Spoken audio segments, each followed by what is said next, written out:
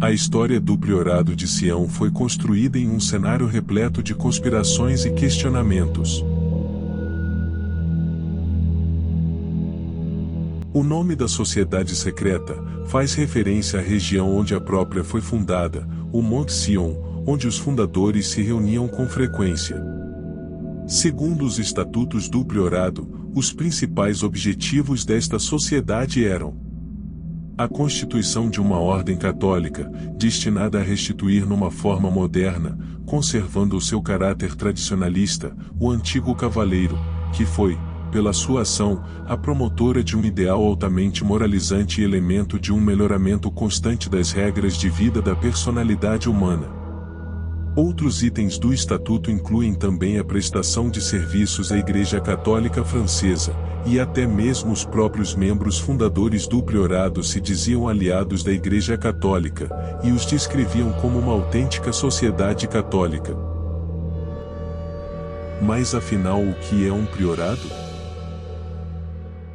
Na Idade Média, referia-se a um estabelecimento monástico, geralmente sem importância, que estava sob a dependência de uma abadia.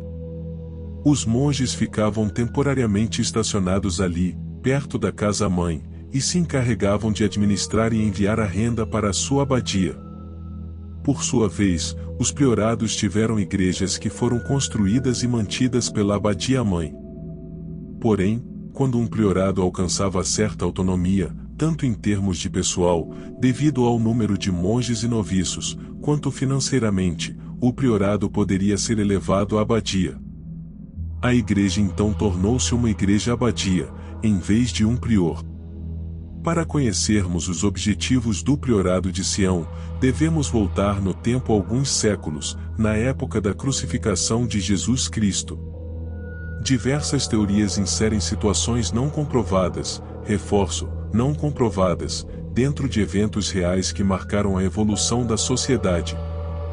Muitas polêmicas acompanharam a trajetória da Igreja Católica ao longo dos séculos, porém, nenhuma delas é capaz de despertar tanto interesse quanto a existência de uma linhagem sagrada descendente de Jesus Cristo e de Maria Madalena. A narrativa, que se baseia em uma sucessão de episódios, transforma a prostituta arrependida dos versículos bíblicos em esposa dedicada do Filho de Deus. Após a crucificação, ela fugiu para viver escondida em uma comunidade judaica, no sul da França, com Tiago e Sara, os dois filhos nascidos da secreta união. Com o passar do tempo, os fugitivos de sangue imaculado se misturaram à dinastia merovingia, responsável por comandar a coroa francesa entre os séculos XI e XII. De acordo com os manuscritos do Mar Morto, encontrados em 1947, qualquer representante da Sagrada Família possuía o direito de reinar em territórios da França e de Israel. Os nobres, que assumiam o trono com 12 anos, tornavam-se políticos, cientistas, filósofos, bispos e abades, durante a vida adulta. A ascendência do poder imperial foi a grande responsável pela fundação da cidade de Paris, estabelecida como capital do reino em 558. O medo de que o segredo fosse descoberto fez com que o Vaticano patrocinasse missões para tentar destruir os integrantes da família de Jesus Cristo. Essa história bem curiosa aguça a imaginação de muita gente por séculos, contudo, não há comprovação sobre esse fato, e acredito, se fosse verdade, teríamos uma revolução no cristianismo e na própria Igreja Católica, pois o fato de Jesus ter filhos acarretaria um desmoronamento de tudo que foi criado por tanto tempo baseado na fé católica. O Império, ou Reino Merovingio, perdurou entre os anos de 481 a 751. Descendentes de Meroveu, os primeiros reis francos dessa dinastia, que constituíram o mais poderoso reino da Europa Ocidental, passaram a ser chamados de Merovingios. Os francos passaram a ser conhecidos na história a partir do século III, devido suas ações de pirataria nas costas do Mar do Norte, e por terra, no momento que a Gália sofria invasões por volta do ano 258. Os francos aproveitaram o momento em que Roma se encontrava enfraquecida, por causa das invasões bárbaras de 406, e assim, adentraram com o intuito de ampliar suas fronteiras. O primeiro franco a iniciar o reinado merovingio foi Clovis, neto de Meroveu. Este organizou campanhas militares, aliando-se à Igreja. Com o desenvolvimento administrativo e as conquistas territoriais, Clovis ampliou as fronteiras do reino merovingio. Sendo assim, foi de fato o fundador do reino, unificando todos os reinos francos. De certo modo, a conversão de Clovis e sua ligação com a Igreja fortaleceu o poder real. Após sua morte, o reino foi dividido entre seus filhos, como era de costume entre os francos, principalmente devido à disputa ocorrida entre os herdeiros. Mas, o reino foi unificado novamente, com a chegada Clotário II ao poder em 613. O último representante merovingio na monarquia foi Dagoberto II. As condições suspeitas de seu assassinato durante o sono representaram um considerável período de tranquilidade ao clero. No entanto, não era de conhecimento público que o rei tinha deixado um filho herdeiro. No ano de 1090, um dos descendentes da dinastia, Godofredo de Bulhão, fundou o Priorado de Sião. A organização secreta, cujo objetivo seria trazer de volta os merovingios ao poder na França, atuou também como braço intelectual da Ordem dos Templários, responsáveis por esconder o Santo Graal. Muitos afirmam que os Templários foram criados por líderes do Priorado, com o objetivo principal, a proteção do Graal, e também para aumentar seu poder de combate, e ter mais influência no mundo cristão. Isso tem uma certa coerência, já que sabemos que o alcance do poder dos Templários foi enorme, e o Priorado, sem um braço armado, não teria conseguido essa proeza. Entretanto, não foi bem assim que tudo ocorreu.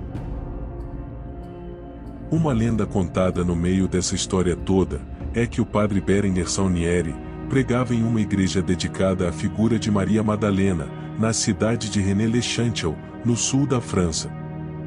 Durante o trabalho de restauração, em 1891, encontrou no altar 4 pergaminhos com escrituras em latim. As mensagens secretas mostravam transcrições do Novo Testamento, misturadas a informações genealógicas. A grande surpresa causada pelo conteúdo, levou o padre diretamente ao alto prelado do clero de Paris, para analisar a procedência dos documentos. O resultado da viagem permaneceu no mais absoluto segredo por ambas as partes. Entretanto, o padre mudou seu comportamento diante dos olhos dos fiéis da cidade, ao mostrar uma duvidosa fortuna. Terminou a reforma da igreja antes do previsto, que se estendia por anos, ordenou a construção da Torre Magdala, e também, de uma bela casa de campo. Não há ainda explicações plausíveis para o que aconteceu, e possivelmente nunca saberemos de fato a verdade de tudo isso. Apesar das incontáveis teorias envolvendo o Priorado de Sião, com os indícios da existência da família sagrada, a primeira menção oficial à ordem só aconteceu em julho de 1956. Na ocasião, 4 pessoas registraram em cartório um certificado informando serem os detentores dos direitos de criação do grupo. Apresentaram-se formalmente ao cartório André Bonhomme, Armand Defago, Jean de Leaval e Pierre Plantard. Pierre, um jovem francês obcecado pela proliferação de mitos, atuava com frequência em movimentos nacionalistas. O intuito de reativar as ações do Priorado de Sião era motivado pelo desejo de instaurar novamente na França a monarquia merovingia. A nobreza funcionaria até o retorno de Jesus Cristo à Terra, para revelar todas as armações do Vaticano. Desde o início de seu trabalho como grão-mestre, Plantard trouxe à tona documentos reconhecidos pela Biblioteca Nacional de Paris. Os dossiês secretos eram utilizados para acabar com a desconfiança em torno das conspirações exaltadas pela organização. Foi nessa época que surgiram ligações de nomes extremamente ilustres com o Priorado de Sião, entre eles estão os de Claude Debussy, Isaac Newton, Leonardo da Vinci e Victor Hugo. O jeito egocêntrico do principal fundador do novo Priorado de Sião chamou a atenção de diversos pesquisadores. Segundo a obra, Do Enigma de René Lechantiel ao Priorado de Sião, de Bernardo Sanches da Morta, os documentos apresentados por Plantard foram forjados com a ajuda de seus companheiros. Cada parte do conteúdo registrado possui um intervalo de tempo muito curto entre o período de entrada na biblioteca e a divulgação pela ordem, demonstrando que os próprios membros validaram os papéis. O motivo do grande complô seria a criação de um mito moderno capaz de realizar o grande sonho de Plantard, que era de assumir o trono da França, sendo reconhecido como um verdadeiro descendente da linhagem sagrada. O histórico humilde de sua vida pode ser o causador de tantas ideias utópicas. Apresentava-se como membro da aristocracia, porém, tinha como pais uma empregada doméstica e um mordomo. O sentimento de aversão às origens singelas fez com que o suposto grão-mestre desenvolvesse um pseudônimo em que escrevia fingindo ser um rei. Considerava a si próprio um grande líder, projetando a retomada dos ideais das cavalarias medievais durante sua atuação como governante. A história do Priorado de Sião é uma invenção de um vigarista e fantasista desse francês. Inventou uma elaborada versão fantasiosa de uma história na qual ele era descendente dos reis merovingios, por extensão, do próprio Cristo. Ele então criou de sua mente uma sociedade secreta com antecedentes supostamente místicos e portentosos. A denominou de Priorado de Sião, e recrutou alguns membros para as quase religiosas atividades nacionalistas e monarquistas, de desagradável caráter político. Desde os seus 17 anos de idade, ele fundou várias organizações que nunca ultrapassaram os 4 membros. Ele também fundou a Academia Latina, em 1947, para a pesquisa científica, e que nunca ultrapassou os 2 sócios, ele mesmo, Plantard, e sua mãe. Embora ele eventualmente tenha violado a lei, e condenado pelos seus golpes, o então Priorado de Sião, e sua longa tutela da linhagem de Cristo, ficaram firmemente estabelecidos na imaginação popular. A conexão Priorado com a Ordem dos Templários era outro elemento da história inventada por Plantard.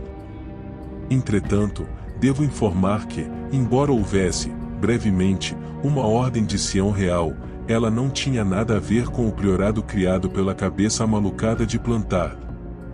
Essa foi uma ordem monástica criada pelos cruzados, chamada de Nossa Senhora do Monte Sião, com uma igreja denominada Santa Maria do Monte Sião, construída sobre as ruínas da grande Basílica de Hagia Sion, no Monte Sião, na Terra Santa. Essa igreja construída pelos cruzados, desabou após as vitórias muçulmanas no final do século XIII. Embora haja vestígios de que uma ordem religiosa, e não um priorado, ter existido na Idade Média com um nome semelhante, a Ordem de Sião, ela desapareceu e não tem nada a ver com a invenção de Plantard. Ele foi preso em várias ocasiões por fraude e falsificação de documentos. Ele também se apresentou como um vidente, profeta, e moderador de sessões de adivinhação. Ele era conhecido como o vidente, Shiren.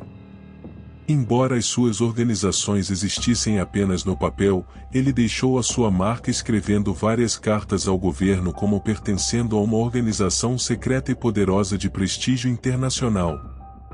Pierre Plantard faleceu no ano de 2000, e durante algum tempo não se ouviu mais falar sobre a ordem. Hoje em dia, diversas sociedades secretas se declaram verdadeiras herdeiras do Priorado de Sião. Os grupos afirmam que suas obrigações consistem em preservar o túmulo de Maria Madalena, esconder os documentos sobre o Santo Graal, e proteger os descendentes da dinastia de Jesus Cristo. Meus amigos, essas histórias inventadas por pessoas com objetivos escusos não podem ser objeto de admiração, mas sim de estudos para que no futuro não sejamos mais induzidos a imaginar fatos que nunca existiram, e que só são reais na cabeça dessas pessoas. Obrigado mais uma vez por participar dos nossos vídeos e se não for inscrito, ajude o canal se inscrevendo e fazendo um comentário, isso ajuda bastante o canal a crescer. Até próximo!